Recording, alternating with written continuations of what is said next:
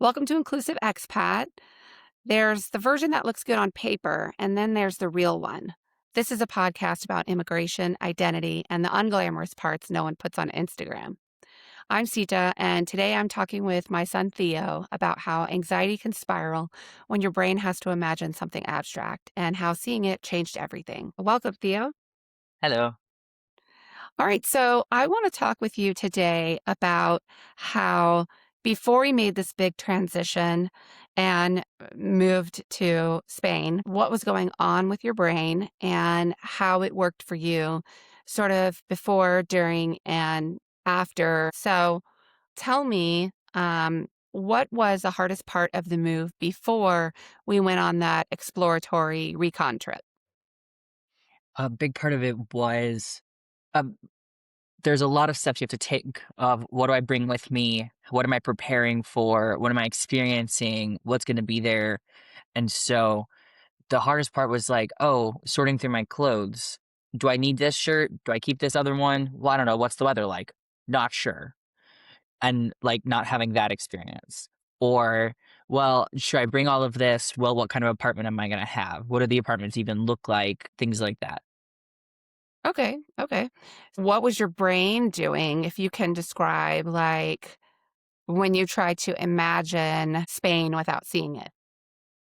There were too many what ifs. Every question is a what if, and then every question after that also has a what if. Thinking about where I was going to live is like, well, if I live in this neighborhood, then statement. Well, if statement is true, then next statement. And there was about 800 different branches off of just one question, and Mm. none of those had answers. Yeah, we're not going to have a lot of answers as we talk about it and move through it. I mean, that's just the messy part of life. So, again, before the recon trip, then what was the scariest? Like, what was the most unknown and scary? All of it.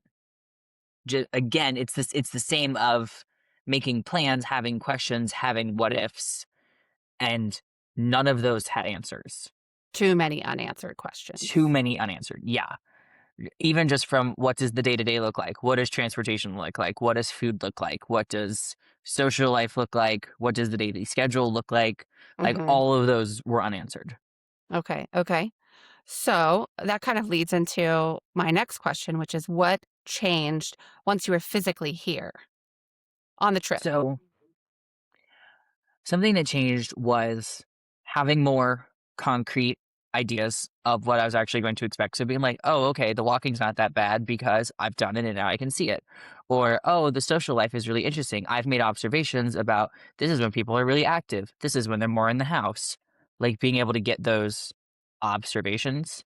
Something else is, as a neurodivergent person, I have a really hard time with abstract concepts. So if Mm. you're like, oh, if you get an A on this test, you'll get a passing grade in the class, right? And I can't imagine like what would that be like? Like that's an abstract concept, a passing grade, finishing the class. Those aren't things that my brain can focus on. But if you're like, if you finish this class with an A, I'll buy you dinner. Then I'm like, wow, dinner. And dinner is immediately a tangible thing that I can imagine. And so moving to Spain, nebulous. What is Spain? What is the country? There's no picture in my mind of, I know what that's like. Versus once I had been here and looked, oh, after this hard journey, we're going to live in Spain. I had a picture. I had the tangible, this is Spain to look Ah, forward to and work towards. so concrete, like Yes, actual, not an imaginary thing that you can see in your brain, but something that you actually have gone and experienced. exactly. Like, okay, when I live there, I get to go to this place again. That restaurant was good. I'm very food focused. That neighborhood was nice. Those were things I was able to picture in my brain. Well, and I know you went to some meetups and things like that Exactly. here. And so you already started speaking to the social part of it. Do you want to say anything else about what it was like to go and interact with other individuals who had made that move here? Since I know that was It was primarily the focus. it was really interesting because it definitely was a reminder that this is not a new thing. People have been immigrating forever. There were plenty of people my age, queer, had made the same move, like were able to be spoken to and about their experiences. And it even helped too because I did interview some of those people. So they were like, "Oh, yeah, I came here and I started learning Spanish." And I was like, "Great, where? I'm looking for a place to learn Spanish." Write that down. "Oh, I came here. I really like my neighborhood." "Tell me what neighborhood that is. I'm going to write that down." And it was part Mm, of me being able to gather that information from my own questions. mm. Was there any specific moment during that trip where something just clicked or it felt settled? Yes, it was actually getting off the train in Valencia because you get off the train in Valencia and you're not like near the beach, but the air is different than in Madrid. Madrid is very New York, it's got the city smell. Valencia has way more of an open, airy, little bit of beach smell. And so stepping off of the train, the air hit different. And then there was a giant gay mural across the street of two women with rainbows and a pride flag. And I was like, "Well, that's lovely. Love that." And that was a moment where I was like, "Oh, I like this." Like everything about stepping off of the train was a Yeah. perfect moment. Of the sight was good, the air was good, the energy was good. Like, some especially after traveling, I'm always like, "Oh, I'm tired, go home, rest, recuperate," and I was like, "Oh, I'm excited to be here," and that was, like, more than just, "Oh, I'm vacationing, ooh, whatever." There's more than that. That's great. That is amazing. I love what you said about just sort of the sense of like the openness, the way you felt like when Mm. normally traveling can be really draining for you. Oh, Having yeah. to mask and be on a train, be in front of other people, like just the desire to like get to the hotel and lay flat for a little while is there. And all of a sudden your energy kind of picked back up thinking Mhm. about that moment of seeing that mural and feeling like this could be my home, you know? What surprised you? Siesta. Siesta surprised me. Uh, America isn't built like that, and the stores are open when the stores are open, and there's occasionally a lunch break, especially at, like, pharmacies, but, like, the stores are pretty much open all day. Um, versus here in Spain, there is most businesses, even big chain businesses, will have a 2 to 5 hour gap of siesta where they're just closed for the afternoon. And even still now, I will forget that siesta exists and 6 head months out to the later. store and it's closed. Yeah. Yeah, okay. Yeah, you're right. I remember having to plan our day and Yeah. then going back to, "Oh, wait, we can't do the thing we were planning because things aren't open right now." And that impacted us even on the trip. Yeah, yeah. Was anything that you felt like you learned about your own brain during that trip? So with autism, most of the social stuff I know is learned. And it's learned in a way that now it's natural. Like not entirely, but it is more natural to me now because I've learned it so well. And I realized in moving here, the entire social reference book that I have built in my own head is now outdated because I have the American social book in my brain and I don't have the Spanish social book. And literally everything is different from the way that you greet people to the way you interact with people at restaurants. Like, in America, there's this air of false niceness. And so you go into this shop and you're like, "Hello, how are you? How's your day? Oh, it's good. I'd like a coffee, please. Oh, excellent. Is there anything else I can get for you?" And there is that like social decorum. Like if I went up to a store in America and I was like, "Give me a coffee with milk," they'd be like, "Rude." Okay. In Spain, there's no small talk. They do not expect you to say, "Please, may I have a," if you say that in Spanish, they can tell that you're overdoing it. You say, "Coffee with oat milk," and they're like, "Great, here you go. Is that it?" "Yeah, all right, bye." That's it. That's the whole interaction. And so even having to relearn those small daily interactions, everything is different. Yeah, yeah. Did you learn something about your brain or did you just sort of, I learned that a lot more of my brain is built by me than I thought. mm, Because I realized that those are things that I have built into my brain to know how to do the social interactions. And I think that people that don't have to build it from scratch will be able to adapt way better versus I have to rewrite the book now in my brain of social interactions. Yeah, but that sounds like it was really empowering to sort of recognize that, wait a second, I wrote this book, which means True. I can make the next draft kind of thing. I now have a bilingual social book in my Okay, head. good. That's good. That's good. Chapter 2, Spain. Uh, I'm just kidding. It's probably chapter 25. Um, Volume 8, Spain. what kind of accommodations did you make for yourself on this trip? So if other neurodivergent people are thinking about, okay, like I got to go over there, I got to get the lay of the land before the actual move. Tell me how you navigated that and accommodated yourself. I had to acknowledge that I was not gonna know the social steps. That was a thing. And so acknowledging that I wasn't gonna know it helped me be more free about it. So, some of what I struggled with is worrying, like, is it rude that I'm wearing my headphones in public? Because that's keeping me more calm. And the answer to myself had to be, I don't care if it's rude by Spain standards because this is an accommodation for me, you Mm, know? And, like, sometimes I would need to say something in Spanish. I didn't have it quite right. I was having a lot of social anxiety, and I'm like, "It's rude to hand them Google Translate," and then my brain was like, "This is how you're keeping yourself functional right now. It's okay if you need to do that." So it was a lot of more so accommodating myself with reassurances that my mm, normal activities were okay, instead of questioning if they were okay in this environment. mm. Yeah, that's great. That's great advice. What do you wish that other people understood about this kind of anticipatory anxiety? I wish they understood how ever present it is.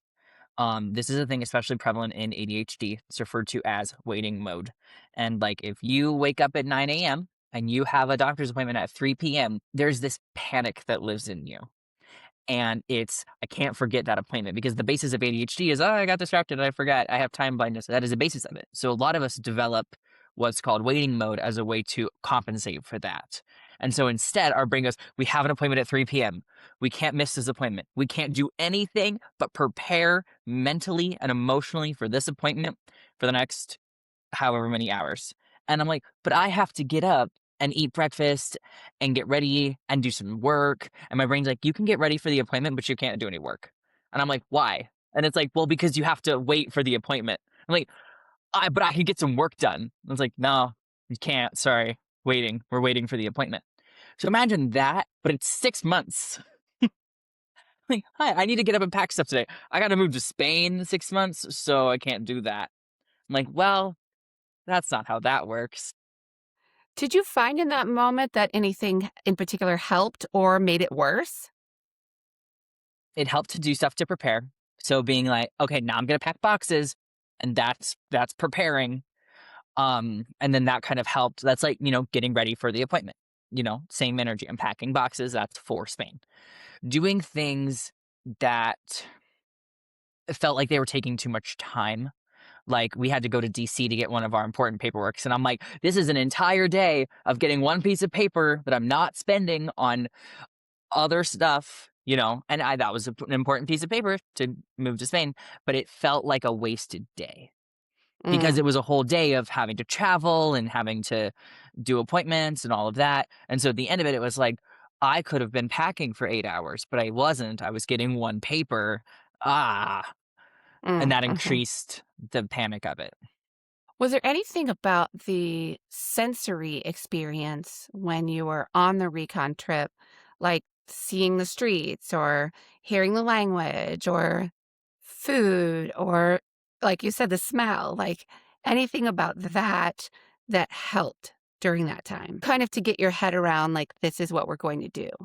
In some ways, so part of my neurodivergence is also anxiety of the unexpected. Change is terrible, new things are bad, old is good, same is good. And everything was new. And so being able to experience it and make it not new made it easier when moving. So like there were some areas like airports and train stations that were very crowded, and those the first time were bad. And the second time they were like, "Okay, I've been here before. I've done Mm, this. Yes, it was terrible. It will be terrible this time also, but it's okay. Things like that. Like, yes, I did have to experience it for the first time. Yes, that was harder. Experiencing it in a lower stakes situation of it not being the actual move helped make it smoother. Like a, practice run. Yeah, yeah. Okay, okay. So after you got home from the trip, how did the preparation for the move change for you as far as your brain? It helped make things more concrete. So preparation became a little easier because I had my goal. As I said, it was concrete. It was in my head. This is where I'm going. I looked at all the neighborhoods and I was like, okay, I'm probably going to live in this neighborhood or that neighborhood. Most of those apartments are about this big. This is how much stuff I can have in that apartment. It kind of helped knowing that too, knowing what neighborhood I was probably going to pick. It Mm. helped me make choices of what I was gonna have. Getting rid of shoes. I was like, "I can't walk in these. I can't walk in those. I can't walk in these." Helped me figure out what shoes I was gonna wear. So a Kind lot of of things like that. concrete information, and Right. then also yeah, I mean, once you're here Same and with you're clothes. Yeah. yeah, okay. A concept is different than the reality, and Mhm. again, coming back to that concrete, those shoes don't make sense if you're walking all over the city, you know? Yeah. That's a great example. I even missed some. I have shoes now that I'm like, "I shouldn't have brought these." I'm literally not gonna wear them anymore because walking. So, what would you want someone else with a brain like yours to know before making this type of transition? You're not gonna know everything. Even if you try, even if you do a reconnaissance mission, there are still gonna be things that when you show up, you're like, "It's new. That's different. I wasn't expecting that. Oh, no." Those things will happen. Those things are still happening months later that you find out different things, different social decorums, all the things like that, Okay. And it's okay. and it's It's okay. it's okay. I Yeah. like that you were saying what you were telling yourself about how it's going to be hard, but we've done this already and we can do it Yeah. again. Mhm. It does sound like that's another way you accommodated yourself to really just Yeah. validate that it's okay that that's a hard experience for you. Mhm. Did anything um, help you the most? Like if there was one thing that sort of helped you the most, what would you say that was? Having things that were normal. So, like, I had a blanket from my bed on the plane, and I then had that blanket in the hotel rooms, and then I had that blanket on the plane the next time. And then I had the blanket in the temporary living space and then the permanent living space that I picked. And that was a constant of keeping my room same, keeping my space same. I had a pillow, same thing. It was part of this is what establishes my bed slash my apartment slash space I'm safe. Keeping things like that in my surroundings and then on the trips and in temporary residences Mm, helped minimize what was different. Because even if the outside was different, the inside could be more same.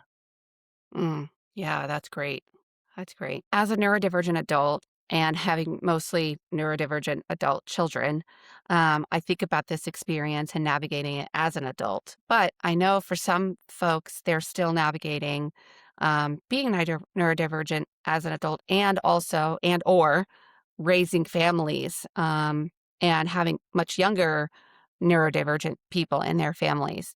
Anything that you feel would be helpful to parents of neurodivergent children if they're gonna come and have this recon experience. I think, and I think this is hard for some adults, acknowledging that it's harder for the kids. Like whatever you're feeling that it's difficult, that you're struggling with your neurodivergence is much harder for them because they have had way less time to develop their own self regulatory skills. They've had way less time to adjust to changes. Like there are just even kids that are not neurodivergent or struggle with change, struggle with new. Kids that are neurodivergent, like maybe I'm not having a meltdown that something is different, but a younger kid definitely might.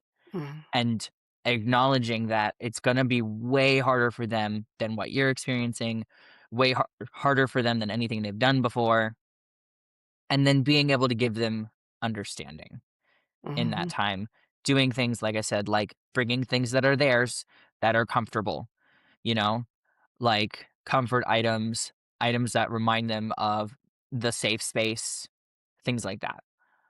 That's great advice. I think, believing children and believing their experiences is so important, and especially when it seems like you're just living in two different realities. The way that I'm experiencing the world is different than the way you're experiencing the world is different than the way a 10-year-old is experiencing the world. So, listening to what they're experiencing and finding ways to accommodate that, amazing. Theo, I am so happy to have had you on today. Is there anything else you want to share that I didn't ask about explicitly? No, I think you asked really good, really insightful questions. Well, I really appreciate you and I appreciate your perspective. So thank you for going on that trip with me and thank you for sharing with everyone about it. You're welcome.